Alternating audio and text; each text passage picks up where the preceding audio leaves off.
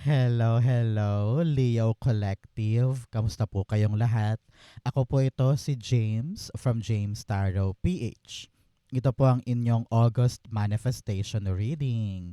Babasahin natin ang kalagayan ng manifestation mo at kung ano yung mga dapat mong asahan. Okay? But first, ihanda mo na Leo ay yung isang tanong ha. Kung meron ka pang malakasang one question, hawakan mo yan. Sa dulo po, atin po yung babasahin by using these cards. Okay, let's begin. Inhale and exhale. Holy Spirit, Spirit Guide, guide us for today. Ooh, beautiful. Siya nga pala mga mahal kong Leo. Happy birthday ha sa lahat po ng mga nag-celebrate ng kanilang birthdays this time. Habang kayo nanonood nito, naway magkaroon kayo ng beautiful celebration. Share it with your family and friends. And enjoy. Ikain nyo na lang ako. Okay? Congrats, good luck, and have fun. Siya nga pala mga mahal kong Leo, wag po kayo mag-skip ng ads ha. Mag-like po kayo sa baba, mag-share po kayo, mag-comment po kayo. Malaking tulong po sa akin yan. Thank you po. So, in the background of your reading, meron kang the Three of Wands. Uy. Leo, meron kang hinihintay. Yun ang minamanifest mo. Meron kang hinihintay na dumating. Whether package, regalo, confirmation, naghihintay ako ng word na magpapalinaw pa pero ang nakita kong word ay result. Naghihintay ka ng resulta ng isang bagay.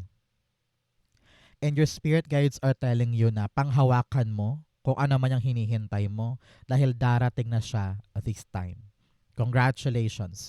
You have manifested kung ano man tong bagay na ito. Matagal ka naghintay, matagal ka nagtiyaga, at some point parang nakapagod naman, nakatakot naman, parang hindi na ata darating yun. Pero here you are, still believing, still hoping, still standing. Darating na yan. Congrats po. Okay? In your core energy, meron kang the Three of Cups. Sabi dito, your current energy, huwag mo masyadong bugbugin ng iyong sarili sa kakahintay. No? Panahon to para mag-relax, have fun, enjoy your life with friends, with family, para habang naghihintay, hindi ka maburyong, hindi ka ma-frustrate, hindi ka lalong malubog sa dami ng negative thinking. Halimbawa, you're waiting for the exam result. Lies ensure. So habang naghihintay ka, magsaya na kayo. Mag-enjoy ka na, i-manifest mo na na akin to. Ako ay magdiriwang dahil malapit ko nang makuha yung sagot. Malapit ko nang makuha yung selebrasyon na good news na ito. So, ngayon pa lang, damdamin mo na. Kumbaga, hinihila mo na pabalik sa'yo yung frequency ng good news na ito. So rejoice, have fun, think positive, and surround yourself with the right people na talaga mag-celebrate in your part. Okay? The Three of Cups, clarify natin. You have the Hermit card. Huwag mo daw solohin yung agony na yan na paghihintay. Sabi dito, everything will be clear. Lahat ng question mo masasagot sa pagdating nito. Kaya mag-rejoice, magsaya, huwag ka na magpakaseryoso masyado dahil darating din yan. Lahat ng kalabuan noon, liliwanag ngayon. Ramdam ko yung word na you are the chosen one. Ikaw talaga yung pipiliin. Ikaw yung namukod tangi. Ikaw yung pagbibigyan ngayon para sa isang biyaya na yan. At the bottom, justice. Talagang hustisya. This is good harvest. Karma, good karma from the universe. Ipagkakaloob sa'yo, yun deserve mo talaga. Pinaghirapan mo yan, pinagpuyatan mo yan, hinintay mo yan, pinagtyagaan mo, ibibigay sa'yo. Congratulations. Okay? So mga Leo, ano po ba yung minamanifest mo? Dali, total season mo pa rin ito. Comment down below. I-manifest mo na yan and I promise you it will happen to you. Okay? So, sulat na po para mangyari na para sa'yo. In the area of your blockages, ano po yung humaharang sa mga minamanifest mo? The Ten of Swords. Napakasimple. Meron ka palang 10 and 10 here, no? Completion, closure, pagkatapos ng isang bagay. Sabi dito, meron kang mga bagay sa buhay mo na kailangan mo ng talikdan. Huwag ka nang pabalik-balik pa doon na ala nadapa ako, hala nalubog ako, hala nalugi ako. Huwag ka nang manatili sa estadong yan. Palaging may pag-asa. Palaging may bagong umaga. Kaya kung wala kang hope sa puso mo, hindi mo nakikita yung maaring magandang mangyari, lalo kang lulubog sa kumunoy na yan. So ibangon mo ang sarili mo, lagi mong isipin, kada umaga, kada araw, may chance ako para masungkit yung gusto ko. Kaya do not lose hope, huwag kang papatalo sa mga kanigahan na yan. Okay? Kapag nadapa, umiyak, syempre, malungkot, syempre. Pero palagi mong sasabihin, babangon ako, babawi ako. Okay? The Magician card. Sabi dyan, minsan kahit kaya mo naman, parang wala ka pa ring power or energy na sumubok. Yun ang minsan humaharang sa'yo. Yung alam mo naman alam mo sa iyong sarili na kaya ko pa to magagawa ko pa to Pero pinapangunahan ka nung pain, nung trauma, nung heartbreak from the past. Ilibing mo na sa limot yan. Kailangan mong piliin. Kailangan meron kang willpower na piliin na babangon na ako para makasalubong mo yung blessing na hinihintay ka din ngayon. 'Di ba? At the bottom, the Hanged Man. Para kang buhol-buhol, hindi ka makagalaw, stuck ka dyan. It's because ikaw mismo ang nagpapastuck sa iyong sarili. Kahit kaya mo naman, abot kamay naman, may power ka naman, you choose. Mas pinipili mong manatili na lang dyan umiiyak, luhaan, malungkot. Dahil nga masakit. Naintindihan naman kita. Pero sabi ko nga palagi, umiikot ang mundo, hindi ka niya hihintayin. So, rise up to the occasion. Tanggalin mo yung sarili mo sa buhol-buhol na yan. Lumaban ka. May power ka to begin again or start again or love again or begin to move again. Okay? May pag-asa pa. So, mga Leo, ano po yung lucky number ninyo? Comment down below. Lalagyan natin yun ng manifestation dusts para maging effective na lucky number mo. Okay? In the area of what you need to do, meron kang the Four of Cups. Sabi dito, Leo, panahon to para buksan mo ang sarili mo sa bagong bagay at wag na wag nang manghinayang pa sa mga alam mong lumipas na. Yung mga talagang bokya na, talo na, zero na yon. Wala ka na mapapala doon, kaya wag mo nang balik-balikan pa. Okay? Narinig ko rin dito na kung hindi mo ibabangon ang iyong sarili habang buhay kang nandyan, na discontented, dismayado, parang wala nang magpapasaya sa'yo, wala nang magpapakontento sa'yo. Kasi nga iniisip mo, ito yung best ko ito yung para sa akin Palagi mong iniiyakan, hindi nga napunta sa'yo. So, wag mo nang panghinayangan pa yung mga bagay na hindi na talaga babalik or wala nang saysay sa buhay mo. I-let go mo yun. Sabihin mo na lang, siguro nga, hindi para sa akin yun. Siguro nga, God doesn't want me to have that. Kasi siguro, mahihirapan lang ako doon, mapapagod lang ako doon, baka lalo ako masaktan doon kapag pinilit ko pa, no? So, meron kang redirection. May darating na isang bagay na yun talaga yung para sa'yo. Hiniling mo rin naman to Kaya lang, na-overpower ka nung isang bagay na nawala. Nung isang bagay na nalusaw. Kaya nandoon ang tutok mo. Pero panahon na para tutukan yung bagong darating. Okay? Clarify natin. The Four of Cups. Meron kang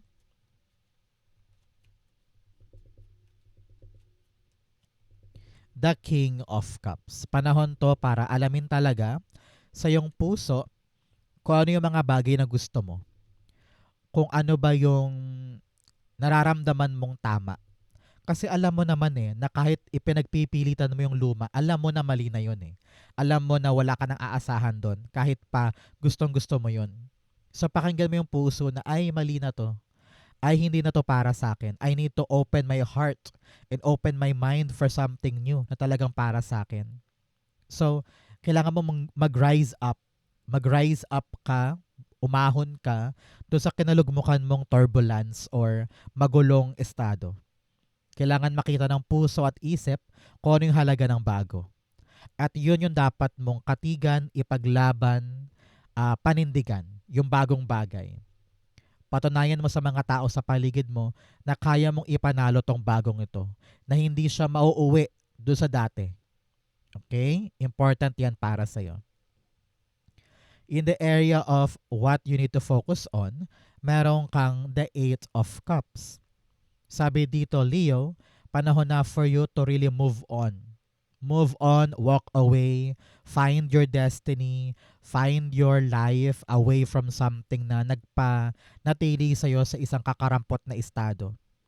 Maliliwanagan ka na sa mga bagay na magpapanalo sa'yo.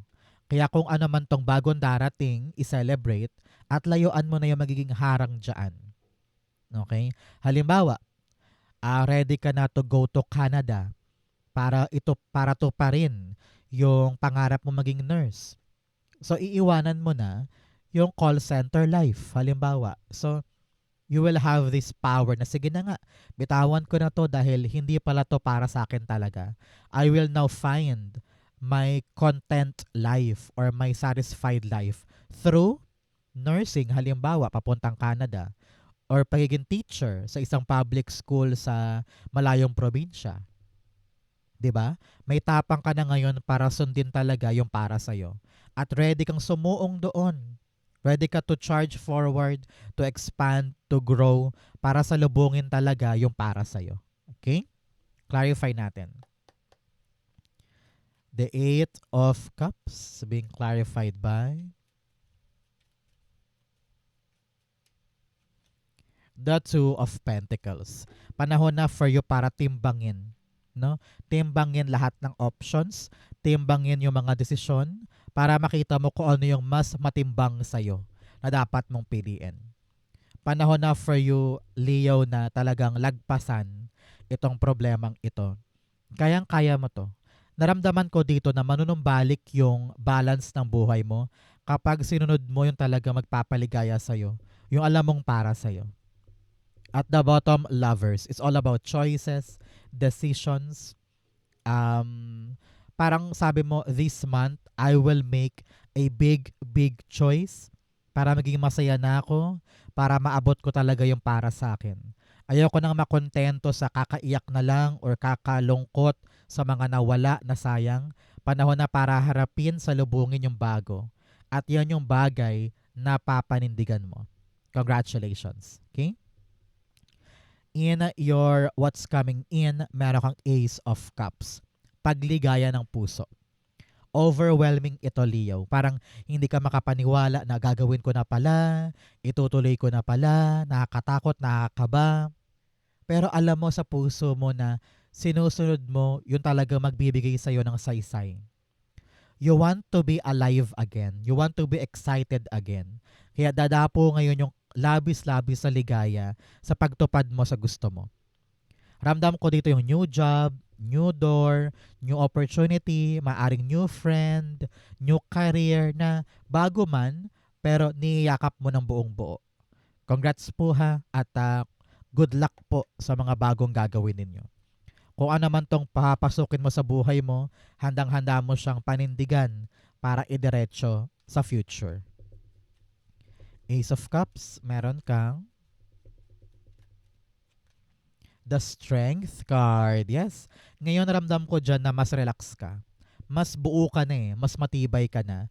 Kaya kung ano man tong dadapo sa'yo or darating sa'yo, kayang-kaya mo siya. Sabi mo, Sisiw lang yan, kaya ko yan. Hindi ako dapat maratel, hindi ako dapat ma-stress, hindi ako dapat mag-alala, kayang-kaya ko to. So, ikaw to, Leo, strength card, ikaw yan. So, ibig sabihin, napaka-powerful mo this month when it comes to doing your manifestation. Okay?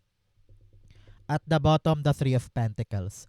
May mga darating sa yung mga tao na tutulong sa'yo para ma-accomplish mo ng tama itong gagawin mo. You have 3, 3, and 3 here. Yan po ay angel number of ancestral protection. Meron po kayo mga namayapang kamag-anak na hanggang ngayon ay pinoprotectionan ka pa din. Kaya after watching this video, magtiri ka ng kandila para magpasalamat para sa kanilang proteksyon, pagmamahal at guidance. Sabi dito, enjoyin mo lang, wag na wag kang magpapapressure, supportahan mo sarili mo, i-hype mo ang sarili mo, kayang-kaya mo to. Congrats po. In your divine messages, meron kang the Hierophant.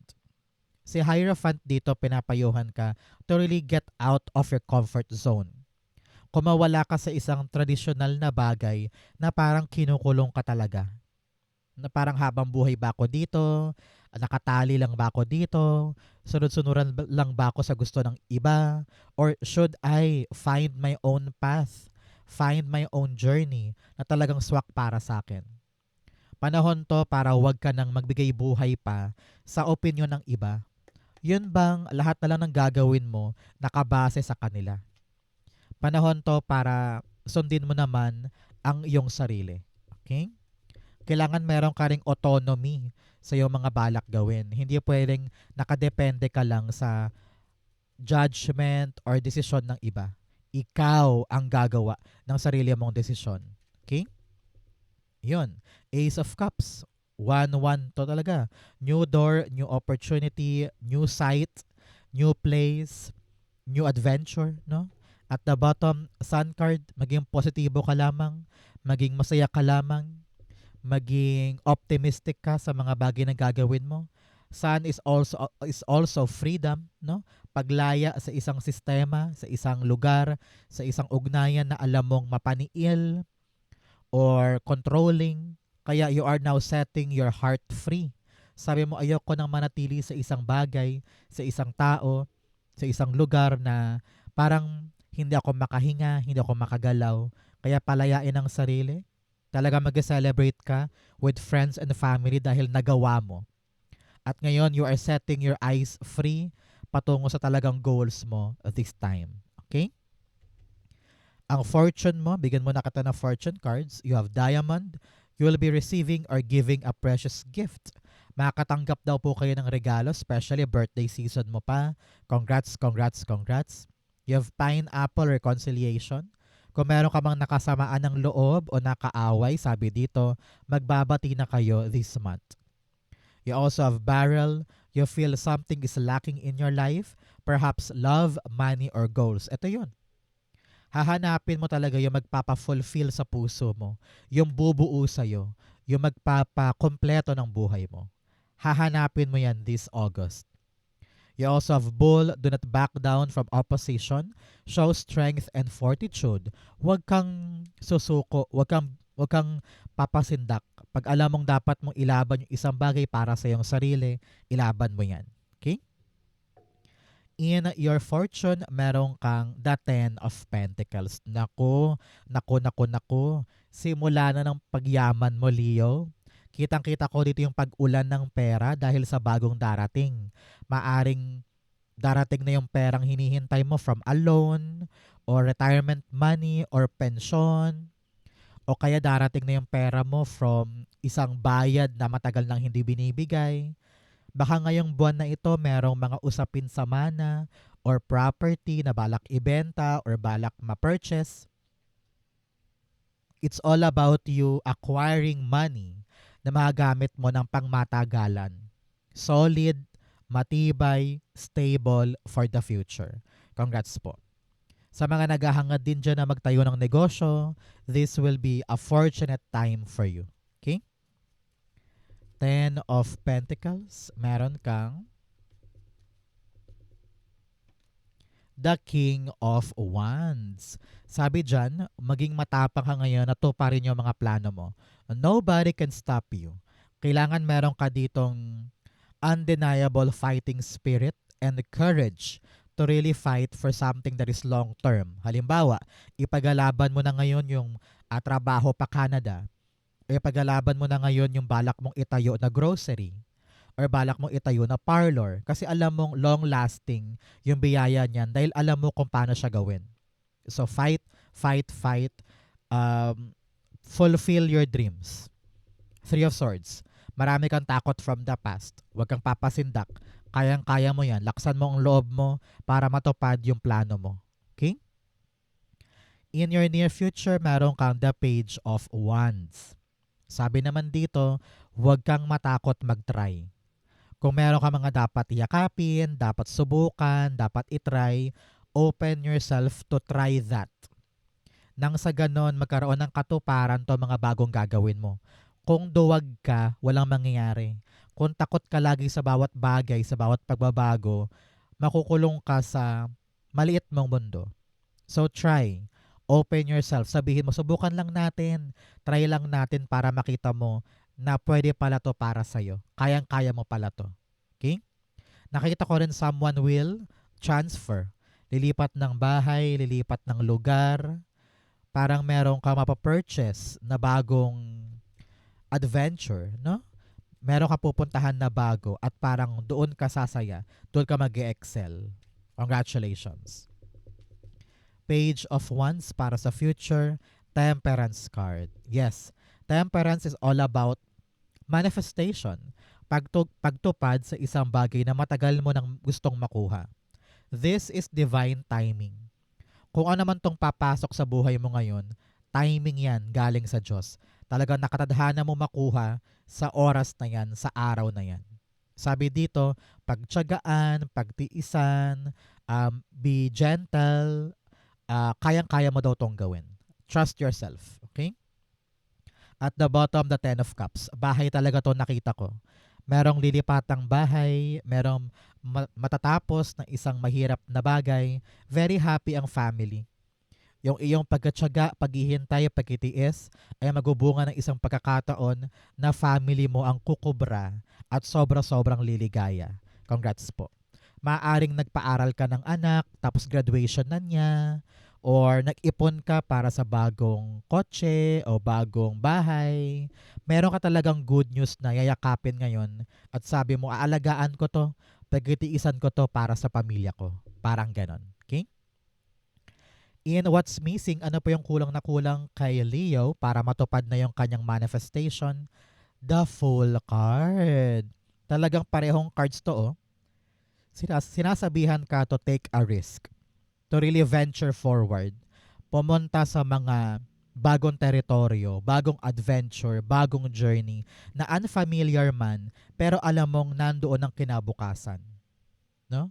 Parang sinasabihan ka talaga na, huy, lumaban ka naman sa buhay. Mag-risk ka naman. Galaw-galaw ka naman. Para maabot mo talaga yung para sa'yo. Okay? Clarify natin. Sabi dyan, panahon na para maging matapang. Panahon na para sungkitin talaga yung para sa'yo. Full card, the Wheel of Fortune. Kapag kumilos ka, doon ka talaga suswertehin. No? Ang Wheel of Fortune parang roleta yan sa programang Wheel of Fortune or sa Eat Bulaga dati, yung paiikutin mo yung roleta. Iikot lang roleta kapag hinigit mo, di ba? So kailangan ikaw daw mismo ang gagalaw para umikot yung swerte sa'yo. Kapag takot kang sumugal or gumalaw, walang iikot dito, no? So ikaw mismo ang magpapasimula ng pag-andar ng swerte sa buhay mo.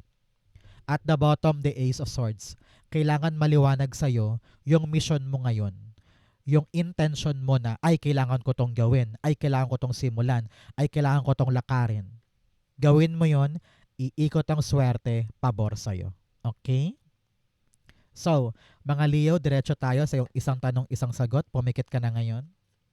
Isipin mo yung one question mo. Inhale and exhale the answer to your question. Meron kang the Four of Wands, the Three of Cups, and the Devil card. At the bottom, meron kang the Seven of Swords. Sabi dito, Leo, ng iyong spirit guides, pagdating sa iyong question, kailangan mo maghanap ng isang makabagong strategy para gawin yung question mo. Ramdam ko dito na makaluma yung paraan mo, kaya nahihirapan ka na tumbukin tong goal. Kumawala ka sa iyong comfort zone, kumawala ka sa control ng ibang tao, para maging malaya ka na gawin yung pinaka-effective na paraan para dito. Ramdam ko na you need to surround yourself with the right people. Mga tamang tao na talagang gagabay sa'yo, walang inggit, walang insecurity sa katawan, walang hidden motives, no? Kailangan yung mga tamang tao. Sila ang gabay mo para maabot to. At yung mga maling tao sa paligid, yung mga palaaway, yung mga chismosa, yung mga inggitera, lumaya ka sa mga yan. Hanapin yung makabagong paraan. Dahil sa makaluma, luma din ang outcome. Pero sa makabago, dyan ka talaga tunay na makaabot sa goal mo. So pag-usapan natin yung question mo, makaluma ba yung approach mo dyan or makabago? Kailangan makabago para mag-celebrate ka soon sa milestone na maabot mo at para makalaya ka na sa lumang buhay na nagpakadena sa'yo for a very long time. Kayang-kaya magagawa mo. If you're waiting for a yes or no, the answer is yes. Kaya, magagawa, maabot. Kailangan mo lang plansyahin ngayon para magawa mo siya. Okay? Congrats po. So, mga Leo, ito po yung inyong isang tanong, isang sagot. Happy, happy birthday. Naway mag-enjoy ka this month for your birthday. Ganon din po ang inyong August manifestation reading sa po kayo nakaresonate. Manifestation dust po para sa inyong lahat. Comment down below. Babasahin ko po yan. Thank you Holy Spirit, Spirit Guides for the clarity for today. Thank you rin po mga mahal ko Leo for watching hanggang dulo. I love you. This has been James for James Tarot PH. God bless everybody.